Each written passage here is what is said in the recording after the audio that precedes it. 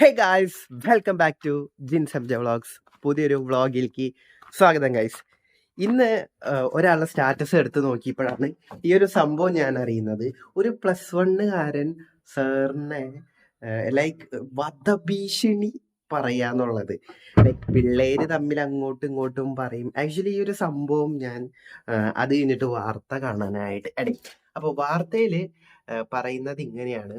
Like അതായത് കുട്ടി phone സ്കൂളിൽ കൊണ്ടുപോയി. ആ സ്കൂളിൽ കൊണ്ടുപോയ ഫോൺ അങ്ങനെ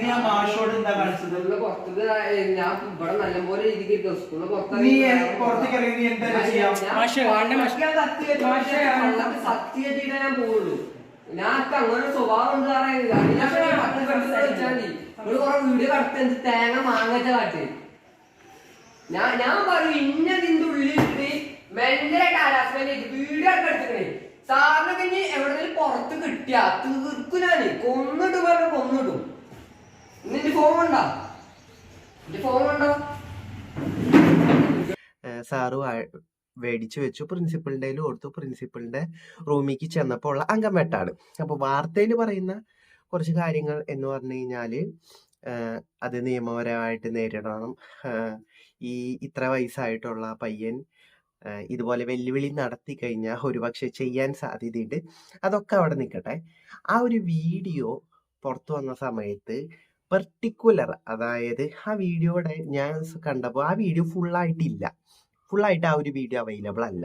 മറിച്ച് കുട്ടി ദേഷ്യപ്പെടുന്ന പാർട്ട് തൊട്ട് നല്ല വ്യക്തമായിട്ടുണ്ട്.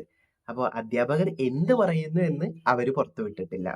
അപ്പം അത് സ്വാഭാവികമായിട്ടും അത് എഡിറ്റഡ് വീഡിയോ ആണെന്നാണ് എൻ്റെ പരമായ സംശയം. അല്ല, ഉറപ്പാണ്. അതായത് അവർക്ക് അതായത് അധ്യാപകർക്ക് നെഗറ്റീവ് വരാത്ത ഒരു കാര്യമാണ് അല്ലെങ്കിൽ കാര്യമാണ് അവർ പുറത്തുവിട്ടിരിക്കുന്നത്.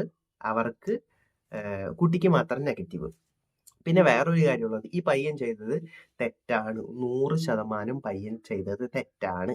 അതായത് സ്കൂളിലേക്ക് ഫോൺ കൊണ്ടുപോകേണ്ട ഒരാവശ്യമില്ല, കൊണ്ടുപോകാൻ പാടില്ല എന്ന് പറഞ്ഞിട്ടുണ്ടെങ്കിൽ കൊണ്ടുപോകരുത്.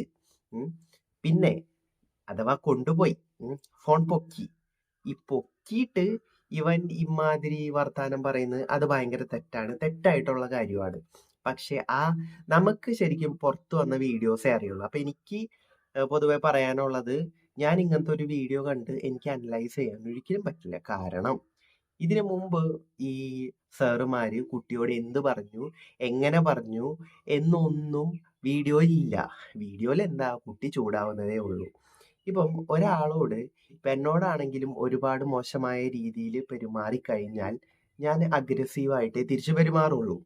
അപ്പൊ അത് എത്തരത്തിലുള്ള, പിന്നൊരു കാര്യം, ഈ ഫോൺ പിടിച്ച് ചോദിക്കാൻ ചെന്ന കുട്ടിയോട് വളരെ മാന്യമായിട്ട് പെരുമാറാൻ അത്രയും കഴിവുള്ള സാറുമാരൊക്കെ ഇന്ന് കേരളത്തിലുണ്ടോന്ന് ഉള്ളത് വളരെ സംശയമാണ്. ഈവൻ നമ്മൾ പ്രിൻസിപ്പളിനെ പുറത്തു വെച്ച് കണ്ടു കഴിഞ്ഞാൽ, അതിപ്പോ എല്ലാ സ്കൂളിലത്തെയും എല്ലാ പ്രിൻസിപ്പൾസിനെയും ഒക്കെ പുറത്തു വെച്ച് കണ്ടു കഴിഞ്ഞാൽ വളരെ അടിപൊളിയായിട്ടുള്ള ഒരു ക്യാരക്ടറാണ്. ഈവൻ ഞാൻ അടക്കം ഞെട്ടിപ്പോയിട്ടുണ്ട്. പുറത്തൊക്കെ വെച്ച് കണ്ടു കഴിഞ്ഞാൽ എല്ലാ പ്രിൻസിപ്പളും സാറുമാരൊക്കെ കണ്ടു കഴിഞ്ഞാൽ വളരെ നീറ്റായിട്ട് സംസാരിക്കും. Okay, fine. അത് കഴിഞ്ഞിട്ട് എന്തെങ്കിലും ആവശ്യത്തിന് പ്രിൻസിപ്പളിന്റെ റൂമിൽ ലൈക്ക് ഓഫീസിൽ ചെന്ന് കഴിഞ്ഞാൽ നമ്മൾ പുറത്ത് കണ്ട ഒരാളെ ആയിരിക്കില്ല. അപ്പം അങ്ങനത്തെ ഒരു സംഭവമുണ്ട്. അപ്പൊ ബേസിക്കലി എനിക്ക് പറയാനുള്ളത് ലൈക്ക് അതായത് ഒന്നാമത് എനിക്ക് ഈ വാർത്തക്കാരെ വിശ്വാസമില്ല. അടുത്തത്, ഈ കുട്ടി ചെയ്തത് തെറ്റാണ്. പക്ഷേ ആ പുറത്ത് വന്ന വീഡിയോ പകുതിയുള്ളൂ. അപ്പോൾ ആ പകുതി വന്ന വീഡിയോ വെച്ചിട്ട് ആ കൊച്ചിനെ ഫുള്ളായിട്ട് അനലൈസ് ചെയ്യുന്നത് അത് വളരെ തെറ്റാണെന്ന് ഞാൻ പറയുള്ളൂ. ഇത്രയും വലിയ വാർത്താ ചാനലൊക്കെ കൊടുക്കുക. ഭാഗ്യം അവര് മുഖം ബ്ലറാക്കിയിട്ടുണ്ട്, നല്ല കാര്യം. അപ്പോൾ അങ്ങനെയാണ്. പിന്നെ മണവാളന്റെ സംഭവം. മണവാളൻ ഏകദേശം 10 മാസമായിട്ട് ഒളിവില്. അത് ഞാൻ പറയണമെന്ന് വിചാരിച്ചൊരു കേസാണ്. മണവാളന്റെ കാര്യം. ആക്ച്വലി ഈ കേസിന്റെ കാര്യമൊന്നും എനിക്കറിയില്ല കേട്ടോ. ഞാൻ നമ്മുടെ കാലിക്കറ്റ് ട്രേഡ് സെന്ററിൽ ഉണ്ടായിട്ടുള്ള ഒരു ഷോ ഉണ്ടല്ലോ, അവാർഡ് പരിപാടി. ഞാൻ അന്ന് പറഞ്ഞില്ലേ, ഒരു അവാർഡ് പരിപാടി. നമ്മൾ അതിന്റെ വീഡിയോ ഒക്കെ ഇട്ടിട്ടുണ്ട്. എനിക്ക് തോന്നുന്നു മണവാളൻ സ്റ്റേജിൽ നിൽക്കുന്ന വീഡിയോ അതിനകത്ത് ഉണ്ടെന്ന് തോന്നുന്നു. ഓക്കെ, അപ്പൊ അന്ന് ഈ സമയത്ത് മണവാളൻ ഒളിവിനാണെന്നോ കേസുണ്ടെന്നോ ഒന്നും എനിക്കറിയില്ല.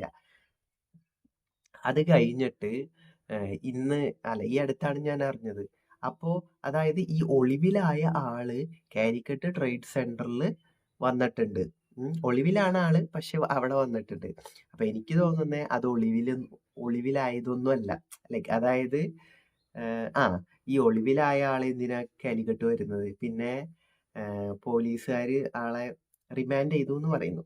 ദെൻ അവിടെ ആൾക്ക് ഇതിന്റെ കൂസലൊന്നുമില്ല. അത് വേറെ കാര്യം. അപ്പം എനിക്ക് പറയാനുള്ള 2 കാരണങ്ങൾ ഇതാണ്. മണവാളന്റെ കാസ് അത് ഞാൻ ഇത്ര ഉദ്ദേശിക്കുന്നുള്ളൂ. ഒളിവിൽ പോയിന്ന് വാർത്തക്കാര് പറയുന്നു. അതായത് ഒളിവിൽ പോയിന്ന് വാർത്തക്കാര് പറയുന്നു. പക്ഷെ ഞാൻ കണ്ടതാണ് ട്രേഡ് സെന്ററിൽ ആള് വന്നിട്ടുണ്ടായിരുന്നു. ഒളിവിലുള്ള ആള് ഇതുപോലത്തെ പരിപാടിക്കൊക്കെ ഇറങ്ങി നടക്കുമോ? പിന്നെ മറ്റേ കൊടൈക്കനാലിൽ ചില്ലടിക്കാൻ പോയതാണെന്നാണ് പറഞ്ഞത്. അപ്പൊ ആൾക്ക് എന്തുകൊണ്ട് ഇങ്ങോട്ട് വന്നുകൂടാ? സ്വാഭാവികമായിട്ടും അയാൾക്ക് വരാം.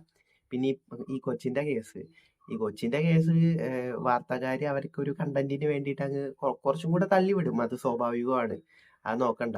പക്ഷെ എൻ്റെ ഒരു ഡൗട്ട് ഇത്രയേ ഉള്ളൂ. അതായത് വന്നൊരു വാർത്തയില് ഞാൻ നേരത്തെ പറഞ്ഞ ഒരു കാര്യം തന്നെ. വന്നൊരു വാർത്തയില് സാറുമാരെന്താ പറഞ്ഞതെന്നൊന്നുമില്ല. കുട്ടി അഗ്രസീവായി പെരുമാറുന്നു മാത്രമേ ഉള്ളൂ. അത് ഭയങ്കര മോശമാണ്. എന്നിട്ട് അതിനെ അനലൈസ് ചെയ്യുക, അത് കേസാക്കുക, അതൊക്കെ ഭയങ്കര മോശമായിട്ടുള്ള കാര്യമാണ്. പറ്റുവാണെങ്കിൽ നിങ്ങൾ ആ വീഡിയോ ഫുള്ളായിട്ട് അങ്ങ് പുറത്തു വിട്. എന്നിട്ടൊന്ന് ഇതാക്കുക. അപ്പൊ ശരി, ബൈ, താങ്ക് യു. ഈ ഒരു കാര്യം പറയണമെന്നുണ്ടായി. അപ്പൊ നമ്മൾ ഇനി നല്ല വീഡിയോസ് ആയിട്ട് വരാം. ഇൻജാതി വീഡിയോസ് ഒന്നും ഇനി പ്രതീക്ഷയുണ്ട. ഓക്കെ, അപ്പൊ ശരി.